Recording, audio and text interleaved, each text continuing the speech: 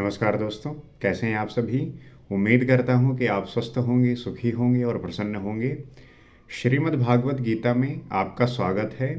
हम यहाँ समझने का प्रयास करते हैं कि जीवन में कभी-कभी ऐसे समय आते हैं जहाँ पे हमें लगता है कि शायद हमारे साथ हमारे कोई हो जो आपको मदद कर सके, आपका सहायक बन सके।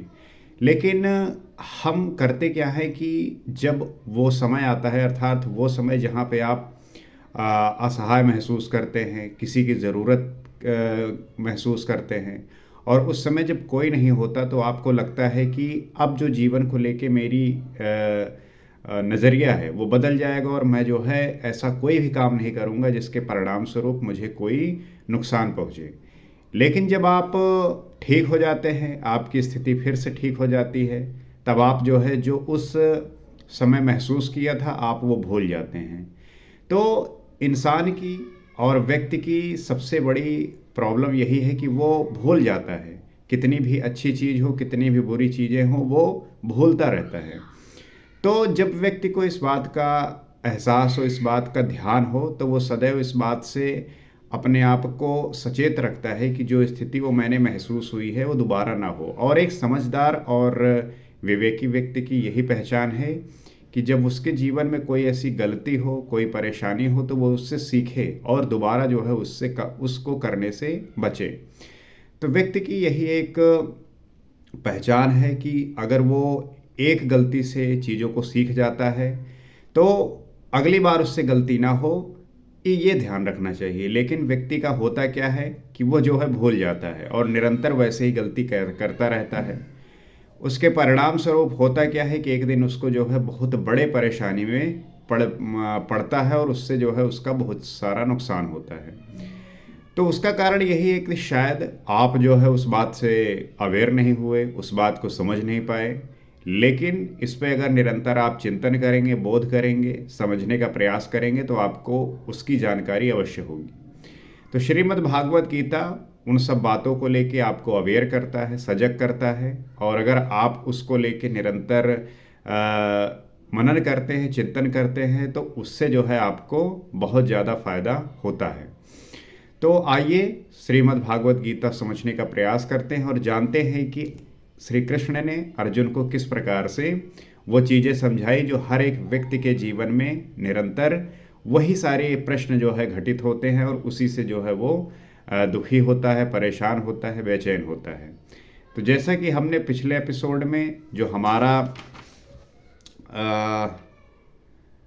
7वां अध्याय था वो हमने समाप्त किया। आज से हम 8वां अध्याय जो है प्रारंभ करेंगे। तो देखते हैं। तो जैसे 7वें अध्याय के अंत में योगेश्वर श्री कृष्ण ने कहा कि पुण्य कर्म अर्थात नियत कर्म आराधना को करने वाले योगी संपूर्ण पापों से छूटकर उस प्राप्त ब्रह्मा को जानते हैं। हमने पिछले एपिसोड में ही पढ़ा कि जो व्यक्ति नियत कर्म करता है, आराधना करता है, ऐसे करने वाले जो योगी है वो संपूर्ण पापों से छूटकर उस परम ब्रह्म को जानते हैं। अर्थात कर्म कोई ऐसी वस्तु है जो व्याप्त ब्रह्मा की जानकारी दिलाता है। तो वो उस नियत कर्म के लिए और आराधना में प्रवृत्त होते हुए उस परम ब्रह्म परमेश्वर को जान पाते हैं और उस कर्म को करने वाले प्राप्त ब्रह्मा को, संपूर्ण कर्म को, संपूर्ण अध्यात्म को, संपूर्ण अधिदैव, अधिभूत और अधियज्ञ सहित मुझको जानते हैं। तो उस कर्म में जब व्याप्त हो जाते हैं तो वो ब्रह्मा को, संपूर्ण कर्म को, संपूर्ण अध्यात्म को, संपूर्ण अधिदैव को, अधिभूत को, अधियज्ञ सहित जो है सभी को जो है वो जान पाते हैं। और ये जो कर्म है, अतः कर्म कोई ऐसी वस्तु है जो इन सबसे परिचय कराता है। वे अंत काल में भी मुझको ही जानते हैं, उनकी जानकारी कभी विस्मृत नहीं होती।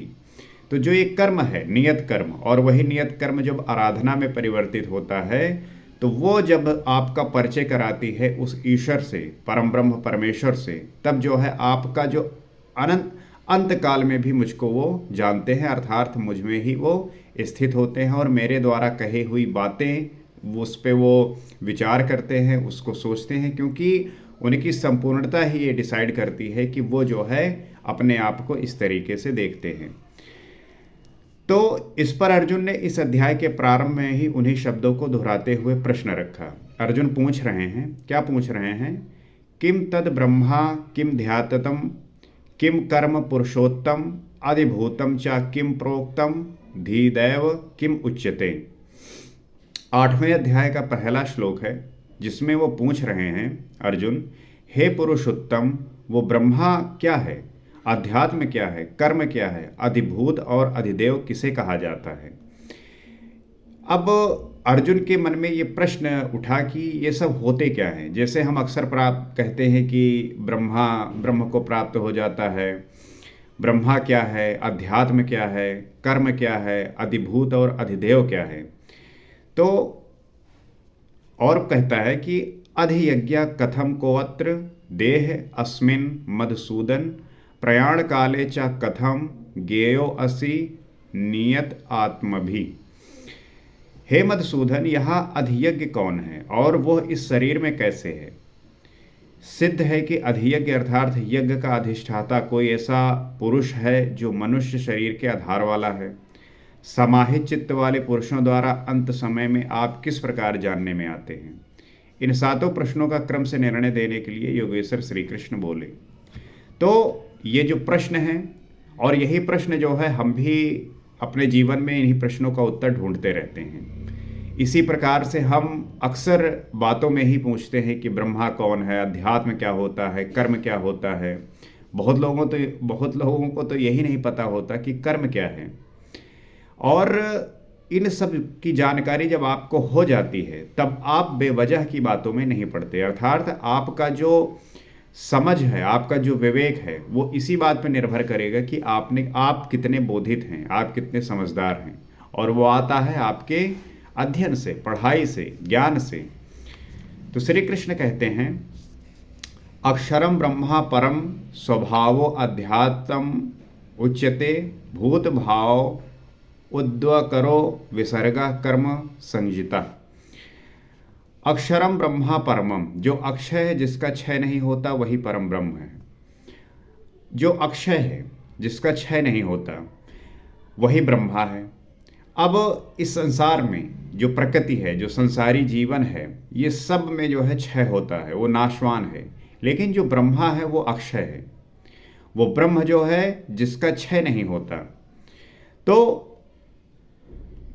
वो ब्रह्मा है। स्वभाव अध्यात्मम उच्यते, स्वयं में स्थिर भाव ही अध्यात्म अर्थात आत्मा का अधिपत्य है। स्वयं में स्थिर भाव, इसे हम अध्यात्म कहते हैं। स्पिरिचुअलिटी का मतलब ही यही है कि जब आप स्वयं का अध्ययन करें, अर्थात स्वयं में स्थिर भाव जो आपके अंदर है, अर्थात कौन, परम, वही आत्मा आपका जो है, इन श्वासों का जो है यज्ञ की जो क्रिया होती है, अर्थात आत्मा का आधिपत्य। उस आत्मा को जानना, उसके लिए आप खोज करना, उसको जानने के लिए प्रयत्न करना और उसमें स्थित होना। इससे पहले सभी माया के आधिपत्य में रहते हैं। किंतु जब स्वभाव अर्थात स्वरूप में स्थिर भाव, स्वयं में स्थिर भाव मिल जाता है, तो आत्मा का ही आधिपत्य उसमें प्रवाहित हो जाता है। तो पहले तो वो जो है सभी माया में आधिपत्य होते हैं, उस प्रकृति में जीते हैं और प्रकृति में ही जो है वो उनका नाश हो जाता है। लेकिन जब स्वभाव आता है, अर्थात स्वरूप में स्थिर भाव आता है, अर्थात स्वयं में स्थिर भाव जब हो जाता है, मिल जाता है, तो आत्मा का ही आधिपत्य उसमें प्रवाहित हो जाता है। अर्थात वो व्यक्ति उस आत्मा में स्थित होता है और आत्मा में स्थिर होते हुए उसे उसका आधिपत्य होता है, आत्मा का समझ आती है। और यही अध्यात्म है, अध्यात्म की पराकाष्ठा है। इसी को अध्यात्म कहते हैं। और अध्यात्म की यही पराकाष्ठा, अर्थात स्वयं को जानना। आप हो कौन, आप क्या हो सकते हो, आप किस तरीके से इस प्रकृति में हो और इस प्रकृति से कैसे भिन्न होकर उस आत्मा को जान सकते हो। क्योंकि प्रकृति में तो हम जो चीज़ें कर रहे होते हैं वो अपने सेंसेस, अर्थात ये बॉडी से, मन से, बुद्धि से कर रहे होते हैं। लेकिन आत्मा के बारे में हम कहीं ना कहीं उसको जान नहीं पाते, उसको महसूस नहीं कर पाते। इस वजह से प्रकृति में जो चीज़ें हैं, अब शरीर है आपका, तो प्रकृति में जो है ये नष्ट हो जाएगी, परंतु आत्मा कभी नष्ट नहीं होती। तो भूत भावोद्व कर, भूतों के वे भाव जो कुछ ना कुछ उद्भव करते हैं, अर्थात प्राणियों के वे संकल्प जो भले अथवा बुरे संस्कारों की संरचना करते हैं, उनका विसर्ग अर्थात विसर्जन, उनका मिट जाना ही कर्म की पराकाष्ठा है। तो जो जो इस संसार के भाव हैं वो कुछ ना कुछ उद्भव करते हैं। प्राणियों के संकल्प में जो भले अथवा बुरे संस्कारों की जो संरचना करते हैं, उनका जो विसर्जन है, उनका मिट जाना ही कर्म की पराकाष्ठा है। वो जब मिट जाता है तो उसे ही हम कर्म की पराकाष्ठा कहते हैं। ये संपूर्ण कर्म है जिसके लिए योगेश्वर ने कहा वो संपूर्ण कर्म को जानता है। वहाँ कर्म पूर्ण है, आगे आवश्यकता नहीं है। तो जब हम उस आत्मा को जानते हैं, उसमें स्थिर होते हैं, और वहाँ पे यही बात है कि वहाँ पे सारे कर्म पूर्ण हो जाते हैं, वहाँ पे कुछ भी ऐसा बचता नहीं है। नियत कर्म इस अवस्था में, जबकि भूतों के वे भाव जो कुछ ना कुछ रचते हैं, भले अथवा बुरे संस्कार संग्रह करते हैं, बनाते हैं, वो सब सर्वथा शांत हो जाते हैं। यही कर्म की संपूर्णता है। तो हम अक्सर प्रश्न करते हैं कि कर्म की संपूर्णता क्या है, कब तक कर्म करते रहेंगे। तो उसमें यही कहते हैं कि जो भूतों के भाव जो कुछ ना कुछ रचते हैं, अर्थात ये संसार की जो विषय वस्तु हैं, इनसे संबंधित जो भाव उत्पन्न होता है, और वो कुछ ना कुछ जो है क्रिएट करते हैं, रचते हैं, बनाते हैं, भले अथवा बुरे संस्कार संग्रह करते हैं। उनमें चाहे भला हो चाहे बुरा हो, उसके वो संस्कार संग्रह करते हैं, बनाते हैं। वो जब सर्वथा शांत हो जाते हैं, यही कर्म की संपूर्णता है। और इसको करते करते जब सब कुछ शांत हो जाता है, अर्थात आपके जो मन के विचार हैं वही तो आपको सबसे ज़्यादा परेशान करते हैं, वही बेचैन करते हैं। ओवर थिंकिंग ऐसी तो होती है। तो यही कर्म की संपूर्णता है, और इसके आगे कर्म करने की आवश्यकता नहीं रह जाती। जब वो पूर्ण हो जाता है तब कर्म करने की आवश्यकता होती नहीं है, वहीं पे समाप्त हो जाता है। अतः कर्म कोई ऐसी वस्तु है जो भूतों के संपूर्ण संकल्पों को, जिनसे कुछ न कुछ संस्कार बनते हैं, उनका समन कर देती है। तो जो ये कर्म है, ये यही है कि जब तक आप प्रकृति में हैं, प्रकृति से संबंधित हैं, प्रकृति की चीज़ों को लेके आप चल रहे हैं, तब तक जो है आप किसी न किसी संकल्पों में उलझे रहते हैं और कुछ न कुछ संस्कार बनते रहते हैं। लेकिन जब उनका शमन हो जाता है, तब जो है वो कर्म की संपूर्णता होती है। तो कर्म का अर्थ है आराधना, चिंतन, जो यज्ञ में है। तो कर्म का मतलब ये नहीं है कि जो आप काम कर रहे हैं अपने जीवन यापन के लिए, नौकरी कर रहे हैं, ये सब कर्म नहीं है। कर्म का यहाँ पे तात्पर्य है जो नियत कर्म है, आराधना है, चिंतन है, वो ये यज्ञ की प्रक्रिया है, उस कर्म की बात हो रही है। और उस कर्म को करते हुए ही व्यक्ति को मोक्ष प्राप्त होता है। अगर आप सोचते हैं कि ये कर्म, अक्सर लोगों से पूछो कि, तो वो अक्सर पूछो क्या, वो खुद ही बताते रहते हैं कि भैया श्रीमद् भागवत गीता में श्री कृष्ण ने खुद कहा है कि कर्म करते रहो, फल की चिंता मत करो। तो उनको लगता है कि वो अगर नौकरी कर रहे हैं तो वही कर्म है। वो तो आप इस लोक बंधन में बंधे हैं, इस लोक बंधन का वो जो है क्रिया है, तो उस कर्म की आप बात नहीं कर रहे हैं। यहाँ पे नियत कर्म की बात करते हैं, आराधना की, चिंतन की बात करते हैं।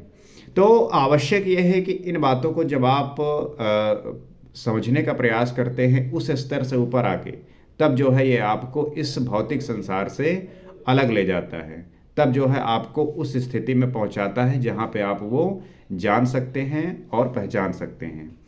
इसके लिए बोधित होना आवश्यक है। निरंतर आप समझिए, चिंतन करिए, मनन करिए, वही जो है आपको इससे अवगत कराएगा और यही आपको जो है वहाँ पे पहुँचाएगा।